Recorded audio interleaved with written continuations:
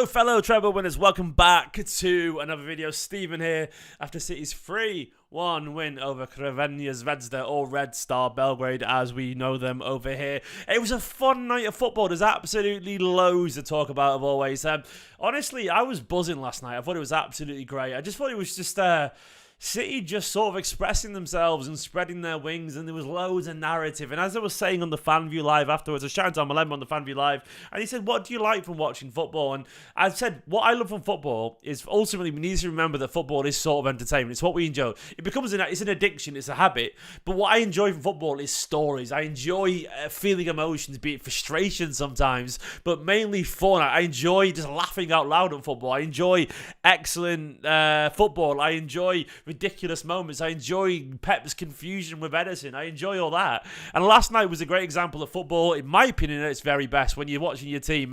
And it's just how it is. And like last night, I had a cracking time. And no Ollie in the chat. It isn't about their goal. I didn't talk about their goal, unfortunately, in this. But that fed into an awful lot of how much I enjoyed last night. I thought it was a cracking game of football. And of course, I could talk about a billion things of it. But these are just going to be 5 things that I learned. If you want more, of course, there's the reaction from last night. There's, of course, the watch song, which you can go and check my hysterical reactions to the I just had giggles, man. I just had giggles throughout it. And of course, as well as the FanView Live, where I chatted to like 5 or 6 of you guys. It was good fun until the early hours of the morning, as it felt like anyway.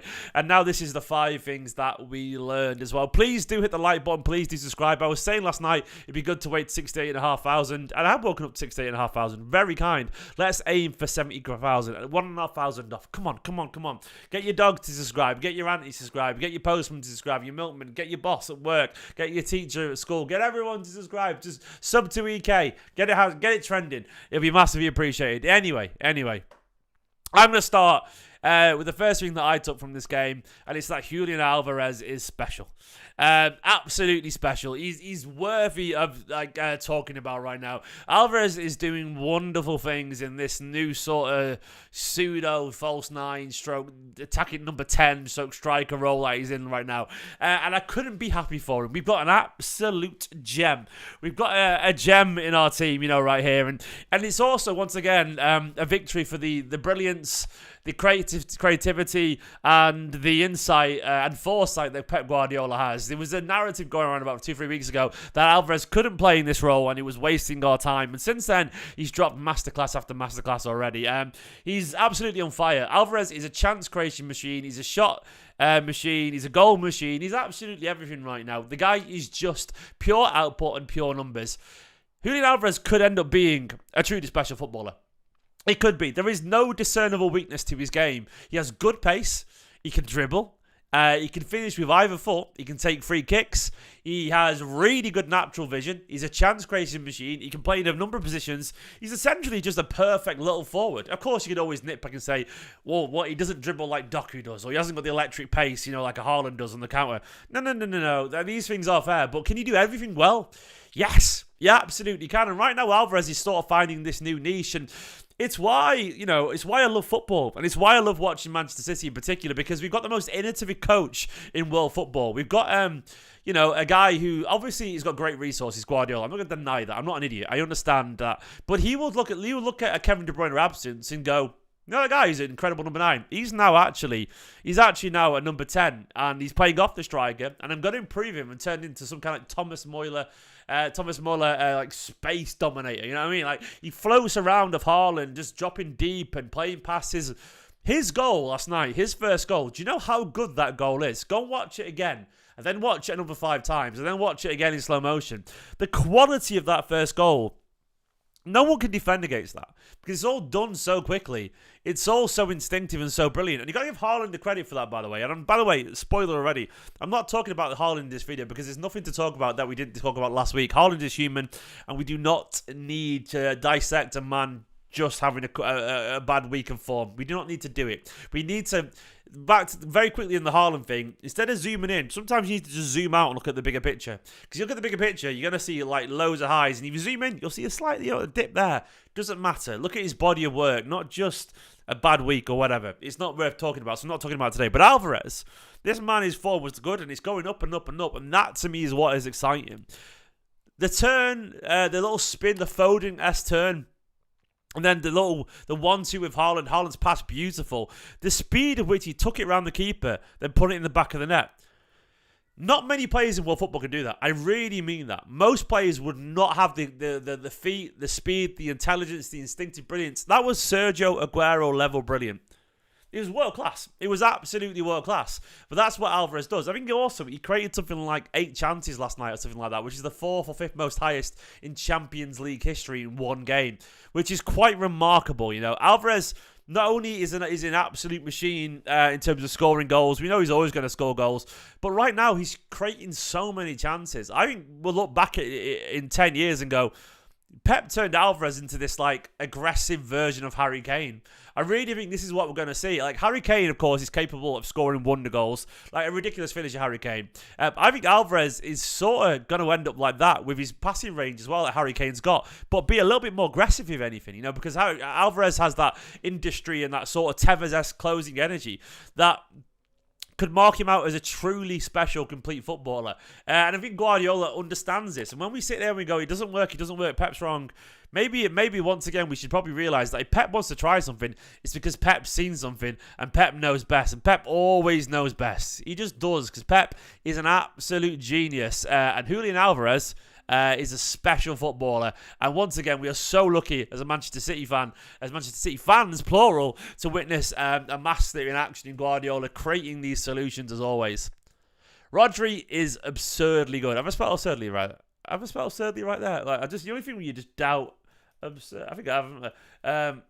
Yeah, I have, yeah. There's no E in that, I was right. Absurdly accurate spelling. Rodri right now, I think, is possibly the best in the world at what he does.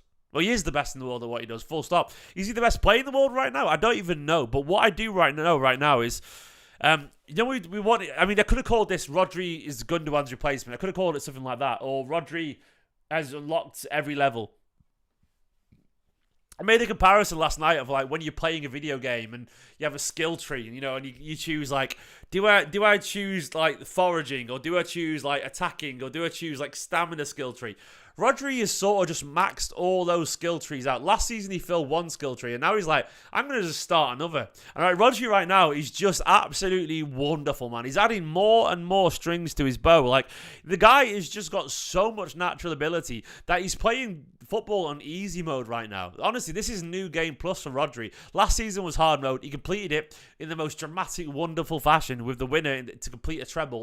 Iconic level stuff. That's what Rodri did last season. And now he's so confident, so ridiculously confident that nothing phases him. He's walking past players and creating chances and scoring goals and getting assists because the defensive work to him is so second nature right now that he can just step forward and show his ridiculous technique off. Rodri is playing at a level up there with you. Right now, this level is as good as it gets in midfield. It's that good. The way he's gliding past people is Yaya Toure-esque, He's like Busquets with a goal threat right now. I know people will laugh at that, but, when you see people like Modri and, Xavi and all that kind of stuff, this is the level he's at. He's at Modric level kind of right now. It's just stupidly good. And, I love it. I absolutely love it. I think there is no limit to his potential. I think we could look back in several years from now and look at a man who's won multiple Champions Leagues, some of them as captain, because he will eventually be Manchester City captain. We'll talk about a man who probably ends up being a 10-15 goal a season midfielder. He'll probably reach that level right now, while also playing as the best number 6 in the world. You will not be able to get the ball of him. He will be the guy who drives you to titles while scoring world-class goals because he's got that clutch mentality. Right now, Rodri is just... We've got Gundogan mixed with Busquets, and it's quite remarkable. A bit of Yaya, a bit of Sergio Busquets, a bit of Gundogan. That is quite a ridiculous combination of attributes. But that's what Rodri's doing right now. And you look at his his ratings online, and how is he doing this? How is he reaching such absurd levels of brilliance? But this is what Rodri's capable of. Right now, this man is a special footballer. He just truly is. And but that's Rodri for you. Time and time again, just doing fantastic things, and I love to watch it. I genuinely love to watch it. He's got an average rating on Football of 8.4 this season. Absolutely ridiculous. A special footballer. Guys, if you are watching, please say hello in the chat, and of course, please do hit the like button. It does help support the channel, and does help if you subscribe as well, of course, at the same time. Nunes. He fits perfectly. I watched a compilation of Nunes' performance last night. Did I watch it this morning? Last night I can't remember when I watched it. But all I know is that I just laughed. I just laughed at how good it was. Like Nunes right now, he fits Manchester City perfectly.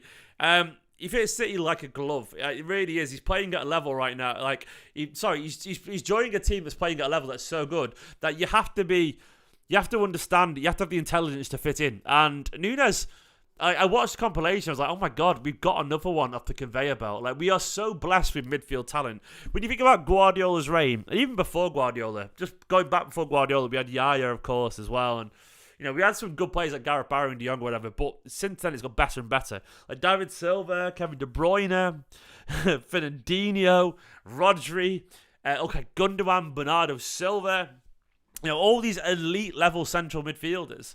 And then we got Kovacic who comes in, who looks like another elite level central midfielder. And Nunes last night, he just looked like he could do everything. Like, someone replied to me on Twitter, which made me laugh, said Rodri's little bro. And it was a really simple but good way of explaining him. He looked like Rodri's little brother, like a mini Rodri, just gliding about the pitch. 97% pass accuracy is ridiculous, of course. There was a moment in particular where, in the area, he sort of exchanged dribbles with Jeremy Doku and Phil Foden. And I was like, this is special. Like, Man City players were just sort of dribbling past everyone in the area, and he was doing it too. The amount of times he got the ball and just span away from someone last night, or he just recycled it. I think he created like 5 chances last night as well. A couple of beautiful passes. Like, he had a couple of slow passes early on. But after that, he had 97% pass accuracy. So he got his radar calibrated, as Ollie said in the comments. Absolutely. And I was actually surprised how Manchester City looked last night, because I always thought Nunes was a little bit rawer than that in terms of, like, as Guardiola said, he needs to improve his first touch a little bit and maybe his passing. He looked like he did it in 1 week of training. Like, he looked so calm and so composed and so elegant, while also having that ridiculous long-legged stride that he's got that's going to mark him as a special footballer. All around the pitch, he was dribblers last night. It was so fun. Nunes fits Manchester City perfectly. Right now, I also tweeted last night, like, I think this Manchester City side, it's so much fun. I don't know yet if City are better than last season. I don't know if they are last season. I don't really care, if I'm being honest. And we won't know, I guess, until we've got a seasons of work to judge if they're better than last season. It doesn't really matter. All it matters is, are they good enough to win everything? And they are. But what I do know is that this City side are electrifying right now. Chance after chance after. I think we're averaging 30 chances created over the past 2 games per game, which is just ridiculous. Like, this City side are electrifying. I put Jeremy Doku as the pitch there because he once again had a wonderful 45-minute cameo where he just, there was a really, really funny, like, screenshot someone shared of where it was like from one of the stats apps where it showed 1 minute played, 1 dribble completed. Like, the first thing he did when he got the ball was run past his fullback. The guy's addicted to dribbling. He's got an unhealthy obsession with beating his man, and it's just great fun. But he's not the only one. There's something about the City side right now. You got Foden running past people. You got Bernardo out wide running past people. Doku is. Nunes capable of it. Rodri's decided to start dribbling. Alvarez is buzzing around creating chances. Like, we were worried about, creating chances with no Kevin De Bruyne. We're creating more chances than we ever did right now with Kevin De Bruyne. That's not to say Kevin De Bruyne was a problem, of course. But for whatever reason, this City side has been like, this City side right now is like, they've unlocked a level of aggression to the game or fearlessness where we're just creating an awful lot of chances. I don't know what it is, but this City side just seems to be dribbling and seems to be pressing and pressing. It's, as the Mike said there, it's a young and fiery City side, and it may be a little bit more open, but it's a damn sight more terrifying to watch if you're the opposition. Sorry, maybe if we stomach today. If you wonder why I was just doing that then. But it's just, there's a levels to this City side right now where I don't know how I would approach it if I was an opposition defender. The vibrancy of Alvarez, the scary physicality and instincts of Haaland, and people are scared of Haaland, even if people are overreacting within our fan base. Of course they are.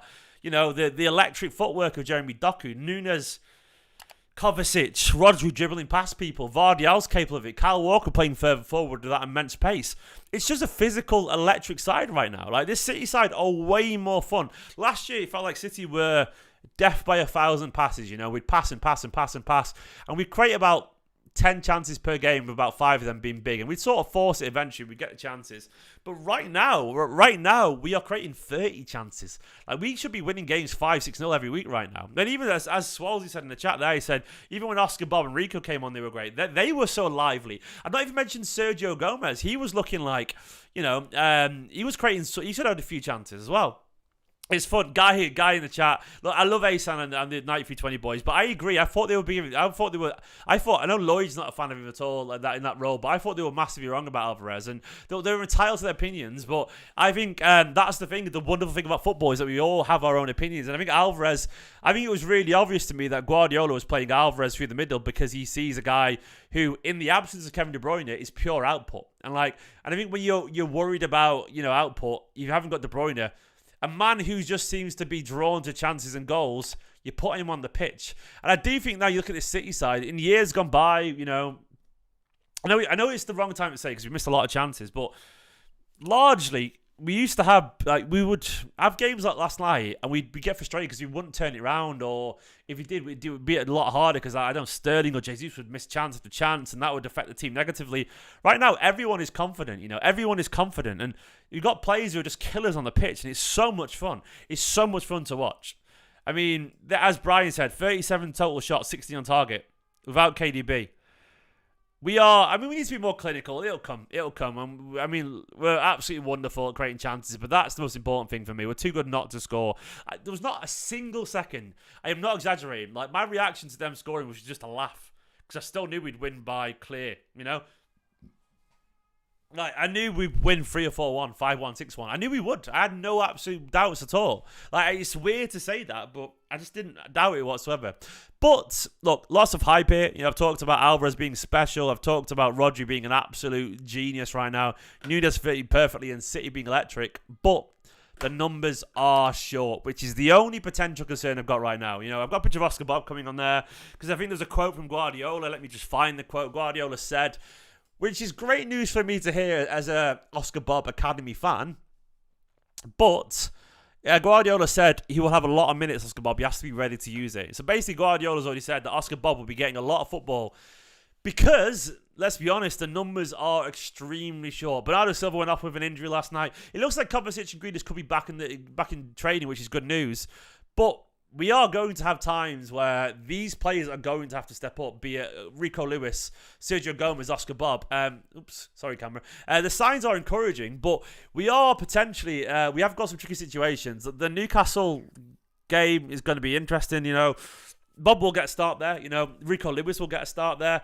Sergio Gomez will, might even Calvin Phillips, but I do wish we had 1 or 2 more players, because right now, we could be in a situation at some point with a few more injuries where we have no senior players on the bench and we have academy players only that have got no... The thing is, I wouldn't mind if it was academy players on the bench, if they were talking the likes of, I don't know, when we had Egan Riley, Tommy Doyle, Wilson Esbrand, Liam Delap, people like that who've got first-team experience. But we haven't got them. We've sold them all. We've only got 17-year-olds in the EDS right now. People like, I don't know, Joel Nadala, Emilio Lawrence, Dada Mescal. These people have got absolutely no first-team experience, where it's a massive step up for him. Cole Palmer should have stayed. McAtee should have stayed, in my opinion. I would have been tempted to say to Tommy Doyle, can you just stay until January? You know what I mean? Stay until January because you will get football. Then go online and get on loan. But it is what it is. We've made our bed with that. It's very much Manchester City's choice. I think it was wrong, post-treble when everyone wants to kick you more because you've won everything. Everyone wants you're a target. And also because games are now 100 minutes plus. It was probably not the right idea to fin our squad to the thinnest it's ever been. But we might get lucky. We might get lucky with injuries. It might be that players come back. We don't get any serious ones. That never happens, by the way. We always get several people out. It always happens every winter. Every single winter, and right now that could be disastrous. And look, it's not like we haven't got the quality. I just worry that we're going to have to lead on players who aren't quite ready, and as a result, we have to sacrifice the competition. I don't want City to sacrifice any competitions, man. I don't want Carabao Cup sacrificed. I don't want us sacrificing the FA Cup or the World Club Cup Championships because we're focusing on the Premier League or Champions League. It's going to be a shame. We are genuinely capable of winning everything, so it'd be a massive shame. It'd be a massive shame. We will see. Guys, they're the 5 things that I learned. Alvarez is indeed special. What a player. Rodri is absurdly good right now. Nunes fits perfectly. City right now are so much fun. So much fun. Numbers are short, though. Guys, do let me know, of course, what you make of this. It's only a quick video. 5 things that I learned from last night's games. There is loads of content over on my channel if you want to go and watch a little bit more from last night's games. Let's have a look. Let me check the content of what we got on the channel.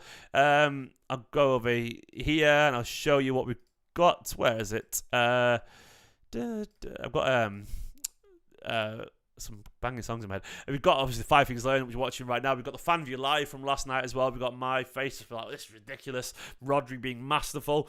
And of course, we've got the watch on from last night. If you want to go and watch that as well. Thank you for watching. You're all superstars. Let me know your 5 things that we learned. Like this video. Subscribe to the channel.